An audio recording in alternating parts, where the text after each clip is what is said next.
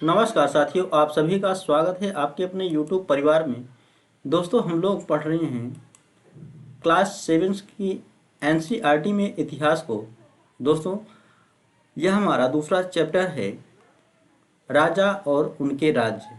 दोस्तों, 7वीं शताब्दी के बाद कई राजवंशों का उदय हुआ, जैसे कि गुर्जर प्रतिहार वंश, राष्ट्रकूट वंश, पाल वंश, चोल और चौहान वंश। दोस्तों, इनके बारे में हम इस वीडियो में पढ़ेंगे। दोस्तों, नए राजवंशों का उदय। दोस्तों, 7वीं सदी आते आते उपमहाद्वीप के विभिन्न भागों में बड़े भूस्वामी और योद्धा सरदार अस्तित्व में आ चुके थे। राजा लोग प्रायः उन्हें अपने मातहत या सामंत के रूप में मान्यता देते थे। उनसे उम्मीद की जाती थी कि वे राजा या स्वामी के लिए उपहार लाएं, उनके दरबार में हाजिरी लगाएं और उन्हें सैन्य सहायता प्रदान करें। अधिक सत्ता और संपदा हासिल करने पर सामंत अपने आप को महासामंत, महामंडलेश्वर यानी कि पूरे मंडल का महान स्वामी इत्यादि घोषित कर लेते थे। कभी कभी वे अपने स्वामी के आधिपत्य में स्वतंत्र हो जाने का दावा भी किया करते थे सामंत लोग। इस तरह का एक उदाहरण दक्कन में राष्ट्रकूटों का था। शुरुआत में वे कर्नाटक के चालुक्य राजाओं के अधीनस्थ थे। दोस्तों, चालुक्य राजाओं के अधीनस्थ थे राष्ट्रकूट। इन्होंने अपने को स्वतंत्र घोषित कर लिया था।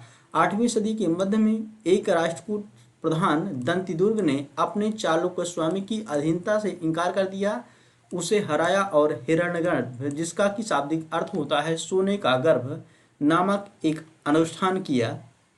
जब यह अनुष्ठान ब्राह्मणों की सहायता से संपन्न किया जाता था तो यह माना जाता था कि इससे याचक जन्मना क्षत्रिय न होते हुए भी क्षत्रिय के रूप में दोबारा क्षत्रियत्व प्राप्त कर लेगा। कुछ अन्य उदाहरणों में उद्यमी परिवारों के पुरुषों ने अपनी राजशाही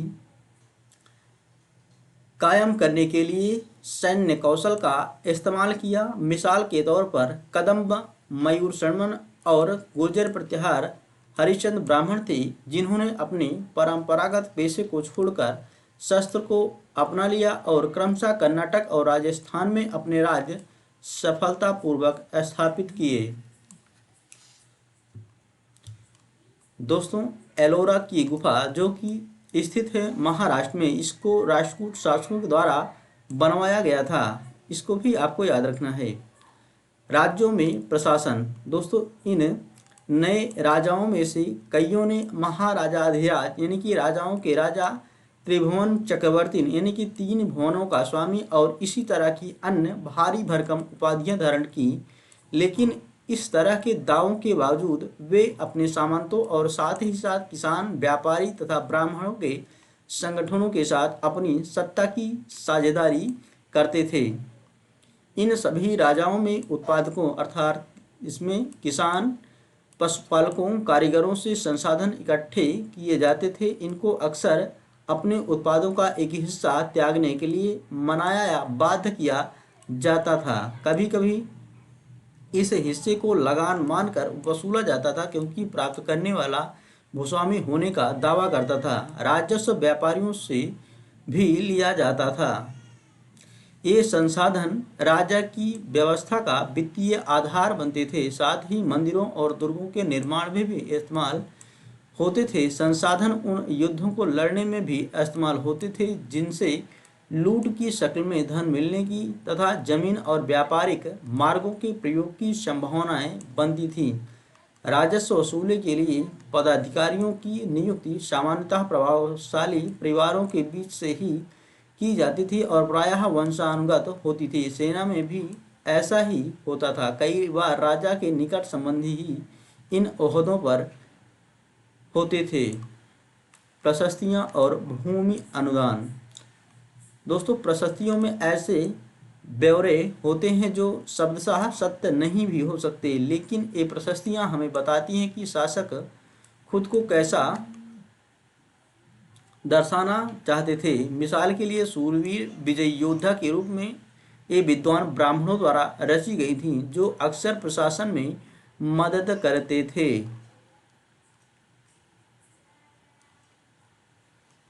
राजा लोग प्रायः ब्राह्मणों को भूमि अनुदान से पुरस्कृत करते थे। ये ताम्र पत्रों पर अभिलिखित होते थे जो भूमि पाने वाले को दिए जाते थे।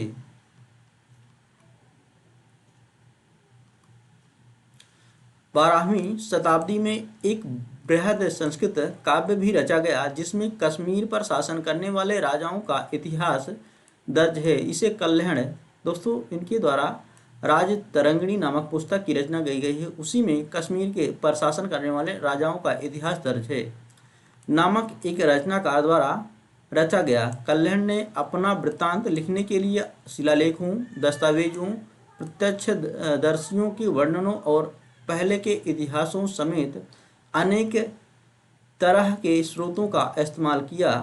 प्रशस्तियों के लेखकों से भिन्न यह अक्सर शासकों और उनकी नीतियों के बारे में आलोचनात्मक रुख दिखलाता है। इसलिए 12वीं सदी के लिए यह असाधारण ग्रंथ था। धन के लिए युद्ध, दोस्तों आपने यह गौर किया होगा कि इनमें से प्रत्येक शासक राजवंश का आधार कोई क्षेत्र विशेष था। वे दूसरे क्षेत्रों पर भी नियंत्रण करने का प्रयास करते थे। एक विशेष रूप से वांछनीय क्षेत्र था गंगा घाटी में स्थित कन्नौज नगर। दोस्तों इस पर गुर्जर, प्रतिहार, राष्ट्रकूट और पाल वंशों के शासक सदियों तक कन्नौज के ऊपर नियंत्रण को लेकर आपस में लड़ते रहे। दोस्तों इन्हीं के द्वारा लड़े गए युद्ध को त्रिपक्षीय संघर्ष भी कहा जाता है। ये लाइन आपके लिए इम्पोर्टेंट है। चूंकि इस लंबी चली लड़ाई में 3 पक्ष थे, इसलिए इतिहासकारों ने प्रायः इसकी चर्चा त्रिपक्षीय संघर्ष के रूप में की है। दोस्तों इसमें से राष्ट्रकूट एक ऐसा वंश था जो दक्षिण भारत से उत्तर भारत पर आक्रमण करने वाली पहली शक्ति बनी थी। शासकों ने बड़े मंदिरों का निर्माण करवाकर भी अपनी सत्ता और संसाधनों का प्रदर्शन करने का प्रयास किया। इसलिए जब वे एक दूसरे के राज्यों पर आक्रमण करते थे तो मंदिरों को भी अपना निशाना बनाते थे, जो कभी कभी बहुत अधिक संपन्न होते थे। अफगानिस्तान के गजनी का महमूद ऐसा ही एक शासक था। दोस्तों महमूद गजनवी ही एक ऐसा शासक था। उसने धार्मिक पूर्वाग्रह से प्रेरित होकर उपमहाद्वीप पर 17 बार 1000 से 1025 ईस्वी तक हमला किया। उसका निशाना था संपन्न मंदिर, जिनमें गुजरात का सोमनाथ मंदिर भी शामिल था। महमूद जो धन उठा ले गया, उसका बहुत बड़ा हिस्सा गजनी में एक वैभवशाली राजधानी के निर्माण में खर्च हुआ था। युद्ध करने वाले दूसरे राजाओं में चाहमान भी थे। दोस्तों चाहमान को चौहान भी कहा जाता है, जो बाद में चौहान के रूप में जाने गए। वे दिल्ली और अजमेर के आसपास के क्षेत्रों पर शासन करते थे। चौहान वंश के शासक, उन्होंने पश्चिम और पूर्व की ओर अपने नियंत्रण क्षेत्र का विस्तार करना चाहा, जहां उन्हें गुजरात के चालुक्यों और पश्चिमी उत्तर प्रदेश के गढ़वालों से टक्कर लेनी पड़ी। चाहमान शासक पृथ्वीराज तृतीय, दोस्तों इनको राय पिथौरा के नाम से भी जाना जाता है। पृथ्वीराज तृतीय को, इन्हीं को पृथ्वीराज चौहान भी नाम दिया जाता है। इनका शासनकाल था 1168 से 1192 ईस्वी तक, जिसने सुल्तान मोहम्मद गौरी नामक अफगान शासक को 1191 में तराइन के प्रथम युद्ध में हराया, लेकिन दूसरे ही साल उसने 1192 के तराइन के द्वितीय युद्ध में हार गया। वह मोहम्मद गौरी से। चोल राज्य नज़दीक से एक नज़र, उरैयूर से तंजावुर तक चोल वंश सत्ता में कैसे आया। कावेरी डेल्टा में मुट्टरियार नाम से प्रसिद्ध एक छोटे से मुखिया परिवार की सत्ता थी। वे कांचीपुरम के पल्लव राजाओं के मातहत थे। उरैयार के चोलवंशीय प्राचीन मुखिया परिवार के विजयपाल ने 9वीं सदी के मध्य में मुट्टरियारों को हराकर इस डेल्टा पर कब्जा जमाया। उसने वहां तंजावुर शहर और निशुंभ सूदनी देवी का मंदिर बनवाया। दोस्तों यह पॉइंट आपके लिए इम्पोर्टेंट है। विजयालय के उत्तराधिकारियों ने पड़ोसी इलाकों को जीता और उसका राज्य अपने क्षेत्रफल तथा शक्ति दोनों रूपों में बढ़ता गया। दक्षिण और उत्तर के पांड्यन और पल्लव के इलाके इस राज्य का हिस्सा बना लिए गए। राजराज प्रथम, जो सबसे शक्तिशाली चोल शासक माना जाता है, 985 में राजा बना और उसी ने इनमें से ज़्यादातर क्षेत्रों पर अपने नियंत्रण का विस्तार किया। उसने साम्राज्य के प्रशासन का भी पुनर्गठन किया। राजराज के पुत्र राजेंद्र प्रथम ने उसकी नीतियों को जारी रखा और उसने गंगा घाटी, श्रीलंका तथा दक्षिण पूर्व एशिया के देशों पर हमला भी किया। इन अभियानों के लिए उसने एक जल सेना भी बनाई थी। राजेंद्र चोल ने भव्य मंदिर और कांस्य मूर्ति कला। राजराज और राजेंद्र प्रथम द्वारा बनवाए गए तंजावुर और गंगईकोंडचोलपुरम के बड़े मंदिर स्थापत्य और मूर्तिकला की दृष्टि से एक चमत्कार हैं।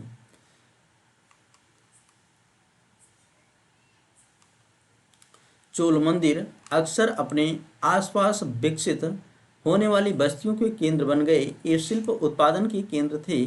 ये मंदिर शासकों और अन्य लोगों द्वारा दी गई भूमि से भी संपन्न हो गए थे। इस भूमि की उपज उन सारे विशेषज्ञों का निर्वाह करने में खर्च होती थी जो मंदिर के आसपास रहते और उसके लिए काम करते थे। पुरोहित, मालाकार, बावर्ची, मेहतर, संगीतकार, नर्तक इत्यादि। दूसरे शब्दों में मंदिर सिर्फ पूजा आराधना के स्थान नहीं थे, वे आर्थिक, सामाजिक और सांस्कृतिक जीवन के केंद्र भी थे। मंदिर के साथ जुड़े हुए शिल्पों में सबसे विशिष्ट था कांस्य प्रतिमाएं बनाने का काम। चोल कांस्य प्रतिमाएं संसार की सबसे उत्कृष्ट कांस्य प्रतिमाओं में गिनी जाती हैं।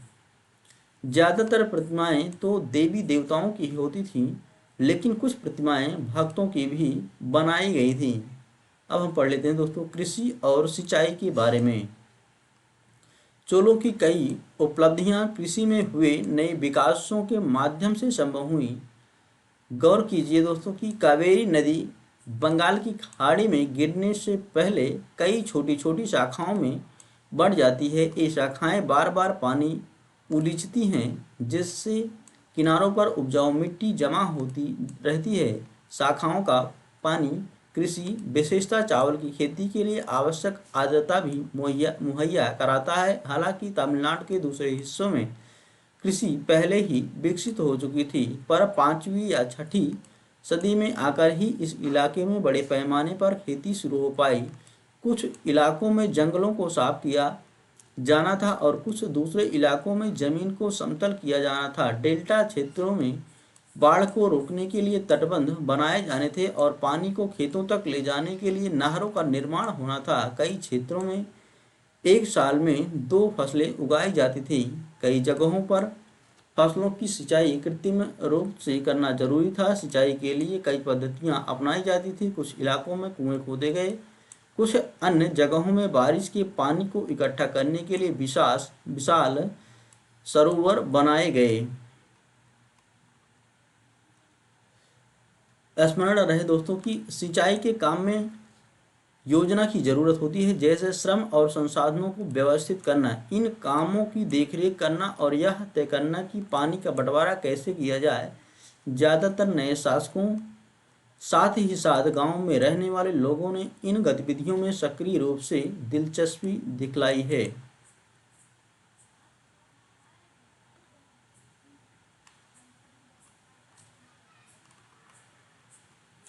साम्राज्य का प्रशासन कैसा था दोस्तों, इसके बारे में हम पढ़ लेते हैं।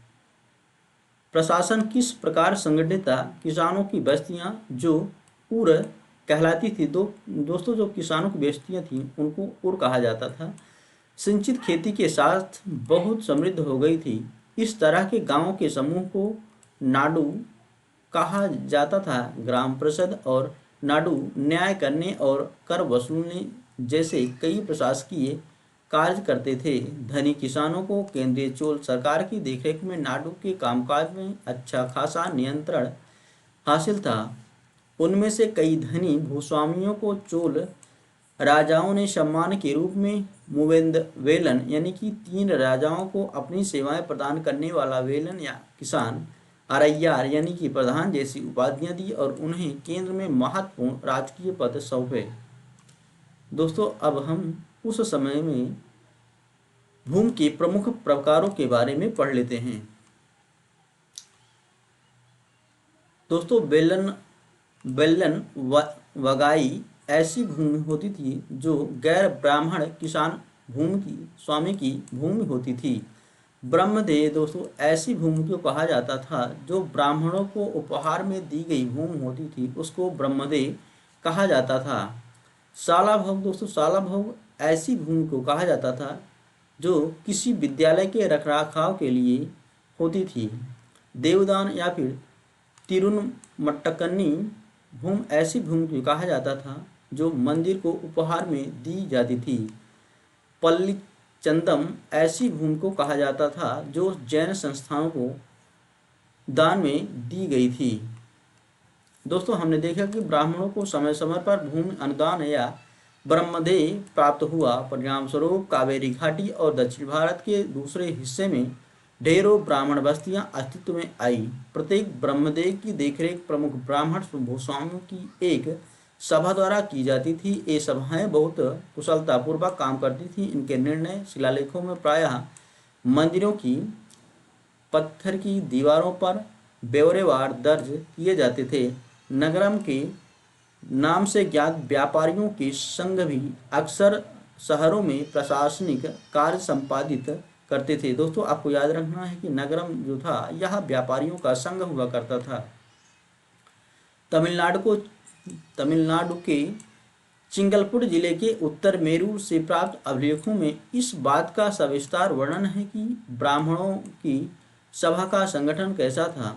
सिंचाई के कामकाज, बाग बगीचों, मंदिरों इत्यादि की देखरेख के लिए सभा में विभिन्न समितियां होती थीं। इनमें सदस्यता के लिए जो लोग योग्य होते थे उनके नाम तालपत्र के छोटे टिकटों पर लिखे जाते थे और मिट्टी के बर्तन में रख दिए जाते थे और किसी छोटे लड़के को हर समिति के लिए एक के बाद एक टिकट निकालने के लिए कहा जाता था।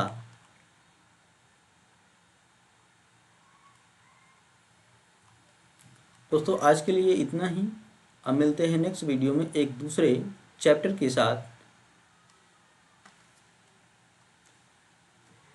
दोस्तों यह पॉइंट भी आपके लिए इम्पोर्टेंट है, इसको भी पढ़ लेते हैं। अभिलेख और लिखित सामग्री। दोस्तों उत्तर मेरूर अभिलेख के अनुसार सभा की सदस्यता क्या होनी चाहिए यह यहाँ पर उल्लिखित है। दोस्तों सभा की सदस्यता के लिए इच्छुक लोगों को ऐसी भूमि का स्वामी होना चाहिए जहाँ से भू राजस्व वसूला जाता है। उनके पास अपना घर होना चाहिए। उनकी उम्र 35 से 70 के बीच होनी चाहिए। उन्हें वेदों का ज्ञान होना चाहिए। उन्हें प्रशासनिक मामलों की अच्छी जानकारी होनी चाहिए और ईमानदार होना चाहिए। यदि कोई पिछले 3 सालों में किसी समिति का सदस्य रहा है तो वह किसी और समिति का सदस्य नहीं बन सकता है। जिसने अपने या अपने संबंधियों के खाते जमा नहीं कराए हैं वह चुनाव नहीं लड़ सकता। अभिलेखों में राजाओं और शक्ति संपन्न पुरुषों के बारे में तो जानकारी मिलती है, लेकिन यह जानना खासा मुश्किल है कि साधारण मर्दों और औरतों का जीवन इन राज्यों में कैसा था। 12वीं शताब्दी की तमिल कृति पेरियापूर्णम से एक उद्धृत है। दोस्तों इसको पढ़ना जरूरी नहीं है, इसलिए दोस्तों आज के लिए इतना ही। मिलते हैं नेक्स्ट वीडियो में। Thank you so much.